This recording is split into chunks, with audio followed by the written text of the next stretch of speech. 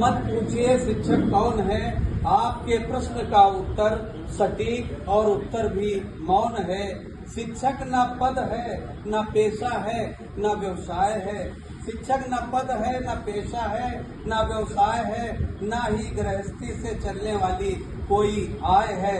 शिक्षक सभी धर्मों से ऊंचा धर्म है। शिक्षक सभी धर्मों से ऊंचा धर्म है। गीता में उपदेशित माँ फलेशु वाला कर्म है। ताली बजा दो। शिक्षक एक प्रवाह है। शिक्षक एक प्रवाह है, मंजिल नहीं राह है। शिक्षक पवित्र है, सर्वत्र महक फैलाने वाला इत्र है।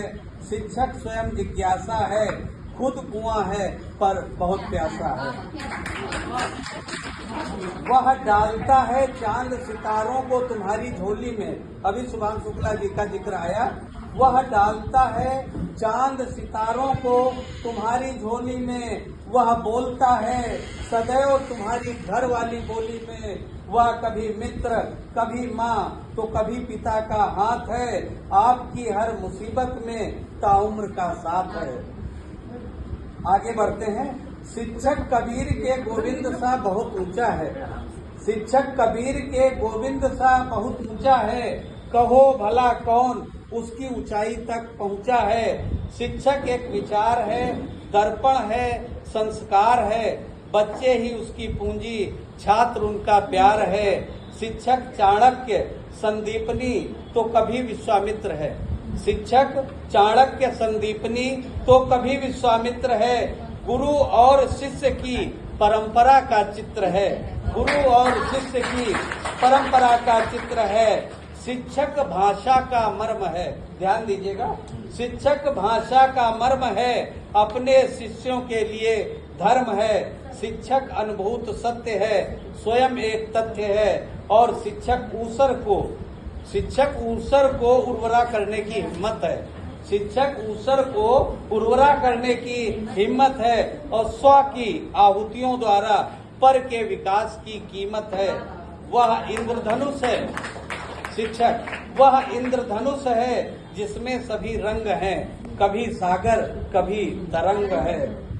तालियां बजा दिया करो।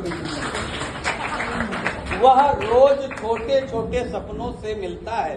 वह रोज छोटे छोटे सपनों से मिलता है, मानो उनके बहाने स्वयं खिलता है।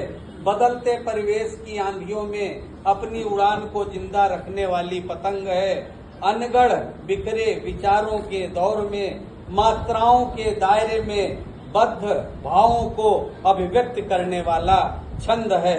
लेकिन यकीन मानो जब तक वह अपनी भूमिका में होता है तब जमीन का होकर भी आसमान सा होता है।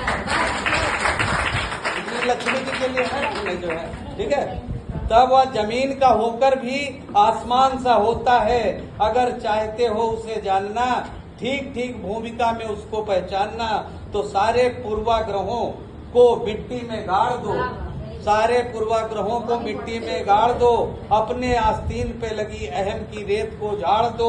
वह फिर धीरे धीरे स्वतः समझ आने लगेगा, अपने सत्य स्वरूप के साथ तुम में समाने लगेगा। तो ये